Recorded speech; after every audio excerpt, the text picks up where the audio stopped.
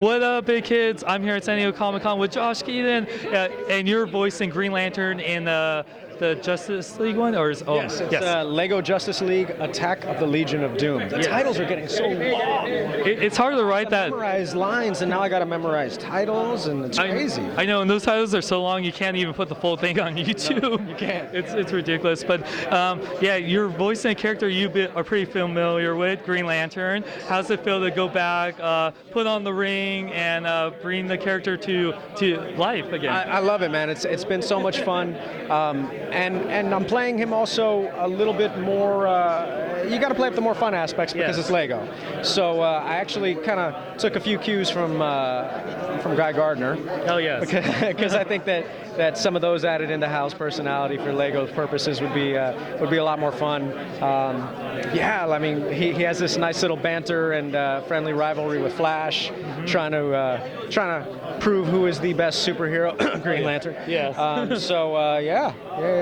Oh yeah, and it's cool because I'm really happy that Green Lantern is getting some light on him again because they just announced Green Lantern. Green Lantern's light. Yes, Green Lantern Corps movie is going to come out. So hopefully, it'd be so cool. I would love for Warner Brothers to put you at least in a cameo voice of one of the many Green Lanterns. Are you listening, Warner Brothers? Please put this guy. This guy really, and I feel bad because talking about the old Green Lantern show, which the Green Lantern animated series was amazing. I absolutely love that show. We were so sad, and I know that sadly the other Green Lantern film that we won't talk about sadly kind of made it hard for you guys because they had so many clogged toys on there, and then you couldn't make any Green Lantern animated series toys because it's we have too many Green Lantern toys, and then you couldn't sell those toys and you couldn't keep the show going. I know it's a whole toy cartoon ratings logistics problem. So yeah, how does it feel how do you deal with that? Even though the show was so great and so well received, we wanted season 2. How did it feel that kind of the Green Lantern movie kind of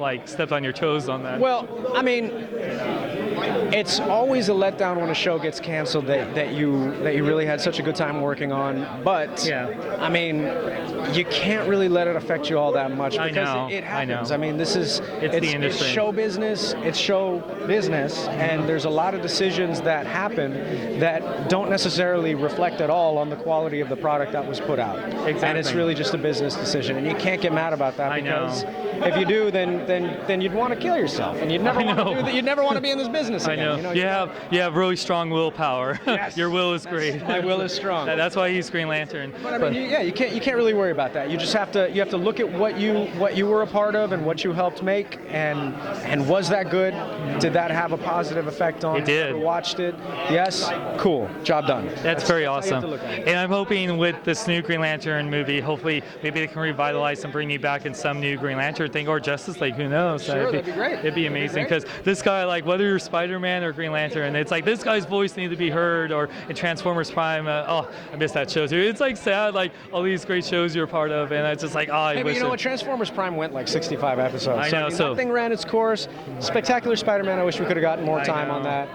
Green Lantern, yeah, but it's still keep going. I know, because this guy, seriously, it's funny. I play Marvel vs. Capcom 3 a lot, and I love your Spider-Man, and it's so much fun hearing your banter because that was especially with that transition with the new Ultimate Spider-Man. It was so great that they had you in that versus the other guy. Well, I mean that game was made a long time ago. That game we did before I even think the new one was announced. That's been around for a while. Yeah. But yeah, going back to Green Lantern because I know this is a DC thing. Sure. So with a fun question, if you can construct anything out of your ring, what would you construct with your willpower?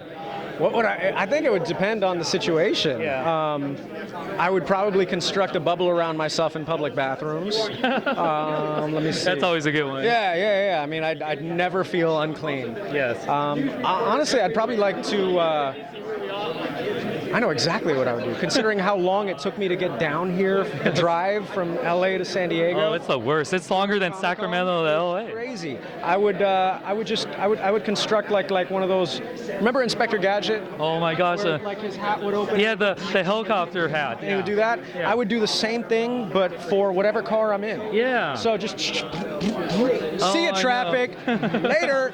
seriously. That's what I do. It's 2015. Where's our hover cars, Where man? are they? I Where know. are they, man? And our Where's our hoverboards. hoverboards? Seriously, man. Gosh. That was fake, man. That was I know. BS. And it's funny because, like, if you guys didn't know, you were in the original Back to the Future animated cartoon. Yes. Oh my God, and I loved you in that, man. So it's so cool we could get a Back to the Future reference in this interview. So very awesome. But and speaking of which, with toys, with Green Lantern, even though we didn't get any animated series toys, you have voiced many characters that have gotten in toys. Do you own any toys of yourself from characters you played? I actually own 2 of the Spider-Man toy that has my voice on it. You push the middle Spider-Man thing, and I say something as Spider-Man. I have those, and they're pretty sweet.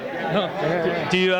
Are you hoping that your kids, as they get older, play with your daddy as a toy? Absolutely. I actually have a box that I'm saving with a bunch of stuff from these things, and when they're old enough, then I totally want them to play with it. But I did buy 2 so I can keep one in the box. Yes, you want to do that. See, he knows his stuff. You always keep one in the box, and the value and stuff. So in case, like, when your kids go to college, it's like, oh, I don't need this anymore. Your college is paid for. It's worth a lot of money. There you go. Something like, or pass it on to your pay kids. for like a half of a book. Yeah, I know. Seriously, college is so much now. But and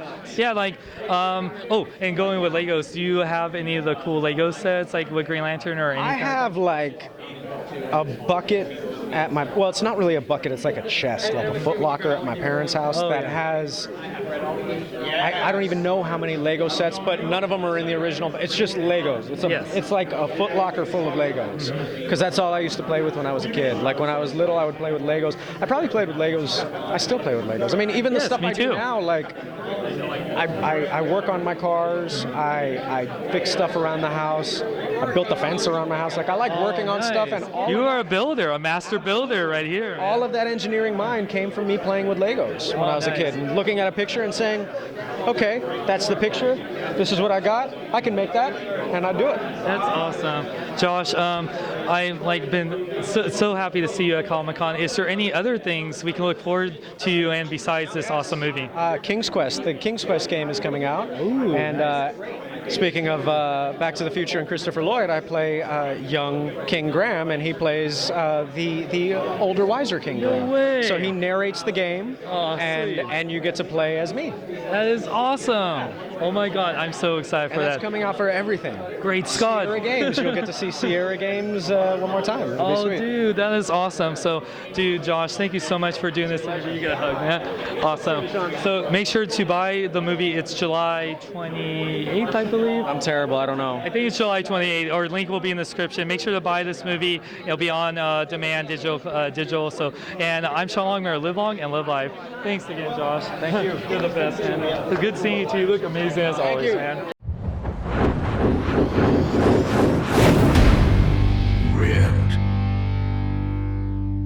Avengers Assemble! To go see a movie, what should we see, Cap? Anything but pixels. I heard it was language.